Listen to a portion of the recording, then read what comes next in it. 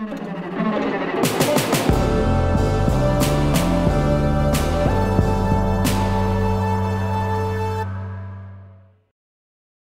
bah ça y est, on arrive à la fin de l'année 2021. On n'a pas été sur une des années les plus glorieuses de l'histoire de l'humanité, mais on s'en est sorti, et pour ça j'ai envie de dire bravo à nous. Personnellement, je ne suis pas une grande adepte des bilans de fin d'année, des rétrospectives, etc. Par contre, j'aime assez l'idée de renouveau qu'apporte une nouvelle année, l'idée de remettre un peu les choses à plat, de repartir sur des bases nouvelles. Et même si 2022 ne s'annonce pas des plus flamboyants, ça ne nous dispense pas de faire quelques listes de bonnes résolutions. Et je me suis dit que je pourrais peut-être participer aux vôtres en vous présentant une petite sélection de mes contenus favoris disponibles sur les internets pour apprendre des trucs. Je vais donc vous parler de 5 chaînes YouTube et de 5 comptes Instagram que j'adore. On va pas rester que sur de l'art, de l'histoire de l'art, etc. Le spectre est un peu élargi, même très élargi, vous allez voir, il y en a un petit peu pour tous les goûts. Évidemment, il y a plein d'autres chaînes YouTube, comptes Instagram, créateurs et créatrices de contenu qui produisent des choses qui sont top. Là, on est vraiment sur un petit échantillon de ce que Internet, selon moi, fait de meilleur pour se cultiver son esprit critique aussi et apprendre plein d'infos intéressantes dans des domaines hyper différents. Et je commence cette sélection avec les chaînes YouTube, et notamment une chaîne cinéma qui s'appelle Les Demoiselles d'Horreur, et qui est centrée sur un sujet qui est hyper précis, mais juste génial, les personnages féminins dans le genre de l'horreur. Donc par exemple, il y a une vidéo sur Sadako dans le film Ring, sur Sydney dans Scream, ou encore sur Angela dans Rec. Pour moi, cette chaîne, elle coche toutes les cases. Déjà, elle a un très bon jeu de mots en guise de nom, et ça, mine de rien, c'est important.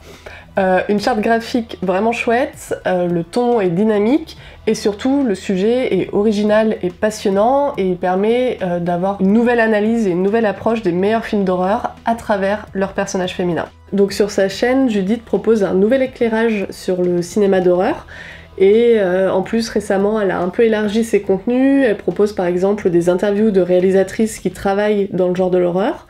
Elle a aussi fait une double vidéo sur Millicent Patrick qui est la créatrice du costume du monstre dans La créature du lac noir et qui est juste passionnante. Et donc si vous ne connaissez pas son travail, je vous recommande vraiment d'aller faire un tour sur sa chaîne.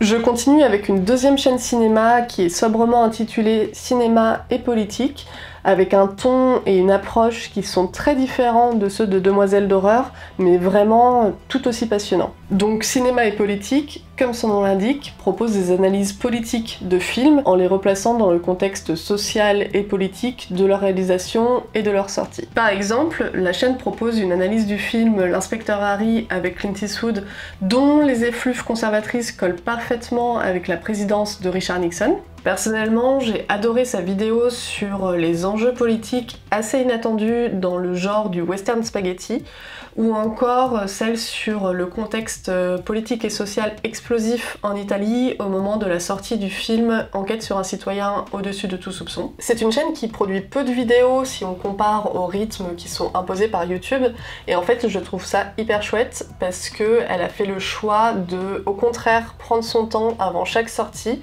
et ça permet d'avoir des vidéos qui sont très riches en termes d'analyse, très construites, et visuellement aussi elles sont très léchées.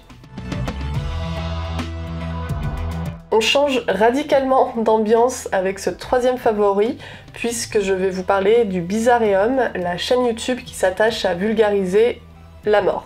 Dit comme ça, j'ai bien conscience que ça peut ne pas être hyper vendeur, mais en fait, croyez-moi sur parole, c'est vraiment passionnant. En fait, Juliette qui tient la chaîne croise des approches très diverses, donc ça peut être historique, archéologique, anthropologique, sociologique, etc.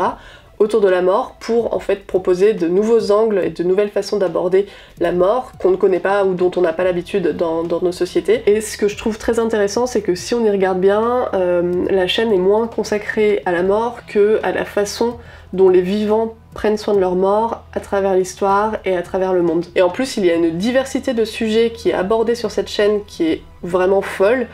Ça va de l'histoire du corbillard aux danses macabres médiévales. Elle a aussi fait une vidéo sur les tombes des guerrières scythes qui, moi, m'a servi de source pour la partie historique de ma propre vidéo sur les Amazones. Ça va aussi des momies égyptiennes à la naissance de la thanatopraxie aux États-Unis.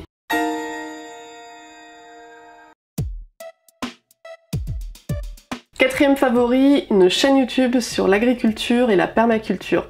Ouais, mais en version fun et aussi en version urbaine. Ça s'appelle Ta Mère Nature, mais alors pourquoi est-ce que moi qui n'ai aucune ambition dans la carrière d'agricultrice urbaine, je suis fan de cette chaîne? Déjà parce que Ophélie est super drôle et qu'à chacune de ses vidéos je pouffe de façon complètement ridicule. Mais ce n'est pas que drôle et amusant sur la forme, c'est aussi très instructif sur le fond, puisque sur sa chaîne, on peut par exemple apprendre à cultiver des légumes sur son balcon ou même dans un placard. On apprend aussi où et comment trouver des plantes vertes d'intérieur qui soient à peu près éthiques et ne soient pas cultivées à l'autre bout du monde. Belle, c'est un mot qu'on dirait inventé pour... Et ce que j'aime aussi particulièrement sur la chaîne d'Ophélie, c'est que elle parle d'enjeux importants et essentiels autour de l'écologie, mais sans faire la leçon, sans culpabiliser personne, et en encourageant surtout l'expérimentation à échelle individuelle ou collective, voilà, de tenter des trucs avec les mains dans la terre et de végétaliser le monde une graine à la fois. Et je trouve que c'est une ambiance plutôt chouette pour réfléchir à ce genre de questions. Et aussi, sa charte graphique est canon.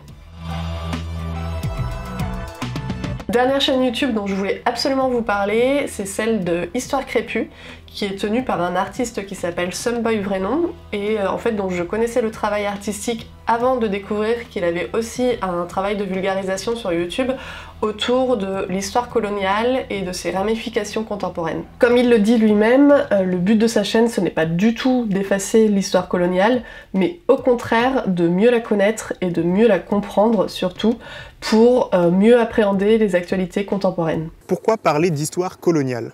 Mais parce que c'est une histoire que nous partageons toutes et tous, peu importe nos origines ou la couleur de nos peaux. C'est une histoire qui nous permet de comprendre le monde dans lequel nous vivons aujourd'hui. Et surtout, parce que c'est une histoire qui fait peur et qui reste taboue. Vraiment, cette chaîne, c'est une mine d'or. J'ai appris plein de choses en regardant son travail. J'ai compris beaucoup de choses aussi. Je ne peux pas vous recommander une vidéo plus qu'une autre parce qu'elles sont toutes très intéressantes, donc juste regardez-les toutes. Je sais que moi j'avais été particulièrement marquée par son travail autour du franc CFA parce que c'est des enjeux économiques que je ne connaissais pas du tout. En plus il a des formats très variés, il y a des vidéos très rapides d'1 minute, il y a des revues de presse, il y a des interviews qui peuvent durer plus d'1 heure. C'est vraiment un puits d'informations cette chaîne, donc je ne peux que vous recommander d'aller la voir et de regarder les recherches de Sunboy. En plus, Histoire Crépue propose autant de contenu sur sa chaîne YouTube que sur son compte Instagram, ce qui me permet une habile transition vers la deuxième partie de cette vidéo, les comptes Instagram. Et je voudrais commencer par le compte de Margot Brugvin. Margot Brugvin, c'est un peu la queen des contenus histoire de l'art sur Instagram. Son contenu est très majoritairement axé sur les artistes femmes et au moins une fois par mois, elle propose une vidéo sur une artiste en faisant son portrait, en présentant son travail, qu'elle soit très connue ou non. Et ce que je trouve très fort chez elle, c'est sa capacité à présenter une artiste, à parler de sa vie, de son travail, comme si elle racontait une histoire. Elle est toujours captivante, toujours très claire, et même quand elle présente une artiste dont je connais déjà le travail, c'est toujours un plaisir de l'entendre, elle, présenter sa vie. J'avais particulièrement aimé sa vidéo sur Martine Gutiérrez, je crois qu'elle commence à remonter un peu cette vidéo, mais elle m'avait marquée parce qu'elle aborde une diversité d'enjeux artistiques avec une limpidité qui est déconcertante. J'avais aussi beaucoup aimé sa vidéo sur Rachel Reusch, qui est une peintre flamande du XVIIe siècle. Donc si toutefois vous ne connaissez pas le compte de Margot Brugvin sur Instagram, vraiment allez voir son travail. Et je continue avec un autre compte Instagram centré sur les artistes femmes, le bien nommé Femme Artiste Invisible. En fait, chaque post de ce compte est dédié à une artiste femme de toutes les époques, de toutes les origines géographiques, et qui a souvent été oubliée par l'histoire de l'art. J'ai découvert tellement d'artistes grâce au travail de Valentine, ses biographies sont toujours très synthétiques mais très claires, vraiment à la fois complètes et accessibles. Et elle propose aussi des ateliers en présentiel pour présenter une autre histoire de l'art que celle qu'on connaît souvent, une histoire de l'art qui serait inclusive, une histoire de l'art en fait qu'on rêverait d'avoir dans tous les manuels. Il me semble que c'est surtout en région parisienne, mais allez voir sur son compte Instagram et vous aurez des informations bien plus précises. Et je sors un peu du champ de l'art avec ce troisième favori Instagram qui s'intéresse à l'histoire, toujours, mais à travers le vêtement. Comment s'habiller les membres du Suffragette Self-Defense Club pour faire du Jiu-Jitsu au début du XXe siècle. À quoi ressemblait la garde-robe de Georgia O'Keeffe. Ou encore, comment Gabriel Garcia Marquez a failli ne pas pouvoir aller récupérer son prix Nobel de littérature faute de chemise. Vous trouverez toutes les réponses à ces questions et plus encore sur le compte de Sapé comme jadis, qui est donc consacré à l'histoire du vêtement, du costume, de l'auto-représentation de soi. Elle aborde une diversité de contextes historiques, de contextes géographiques, qui est très complète et grâce à elle j'ai notamment appris des mots comme gabardine ou tournure et je pense que ça c'est important.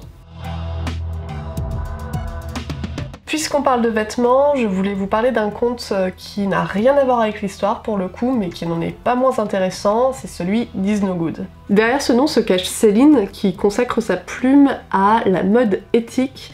Mais son compte, ce n'est pas juste une succession de noms de marques qui sont fabriqués en France ou qui utilisent des textiles recyclés. C'est vraiment plus un lieu de réflexion sur la consommation où elle va déjà expliquer comment fonctionne l'industrie de la mode, expliquer qu'est-ce qu'une marque éthique, qu'est-ce que ça veut dire, qu'est-ce que ça engendre. Par exemple, elle fait des décryptages de marques qui se disent éthiques ou qui se disent clean pour savoir si c'est une réalité ou si on est dans du simple greenwashing et du simple marketing. Elle sert un peu comme ça d'aiguilleuse aux personnes comme moi qui sont parfois un peu perdues, où on essaie de faire de son mieux mais on n'a pas toujours les informations qu'il faut ou la compréhension de ces informations qu'il faut. Elle a aussi lancé un site qui peut être très utile, qui est en fait un moteur de recherche de marques dont elle a elle-même vérifié la démarche et sur lequel vous pouvez rechercher des trucs hyper précis genre basket pour hommes vegan et fabriqué en France. Et vous aurez des résultats et des propositions de marques qui correspondent à votre recherche. Le site s'appelle Générateur Marquise, si je ne dis pas de bêtises. Il y a 2 ans, j'avais adoré suivre son tour du monde avec son compagnon sans avion. Aujourd'hui, je suis au taquet pour suivre leur aménagement de leur van qui roule à l'huile de friture. Donc voilà, il y a plein de raisons pour aller suivre le compte d'Is No Good. Et enfin, je reviens à l'art avec ce dernier favori, le compte Instagram Mieux vaut tard que jamais, où Ludivine propose d'approcher l'histoire de l'art avec un ton décalé et plein d'humour. Et ce qui est fort, c'est qu'elle arrive même à être drôle face à des thématiques qui, a priori, sont pas très rigolotes, comme dans ses stories sur la syphilis et sa représentation chez les femmes. Elle propose aussi des conférences en ligne sur des sujets qui sont passionnants, comme la prostitution dans l'art, il me semble, la représentation des femmes du peuple à travers l'histoire de l'art aussi, je pense que ça peut être vraiment intéressant. Il y en a une sur les artistes femmes dans l'Italie baroque aussi, si je dis pas de bêtises. Moi j'avais assisté à celle sur les représentations de la mort dans des tableaux qui mettent en scène des femmes, au 19e siècle en particulier, et c'était vraiment passionnant. La conférence durait 1 heure ou 1 heure et demie il me semble, et j'ai absolument pas vu le temps passer. Ludivine a vraiment un ton dynamique et limpide, c'était très clair et c'était hyper intéressant. Donc encore une fois, un compte à aller suivre. Et voilà, j'espère que cette petite sélection des favoris des internets vous a plu. Tous les liens des chaînes YouTube et des comptes Insta dont j'ai parlé dans cette vidéo sont en description, donc encore une fois, je ne peux que vous encourager à aller les découvrir. Et moi, je vous dis à très bientôt pour une nouvelle vidéo.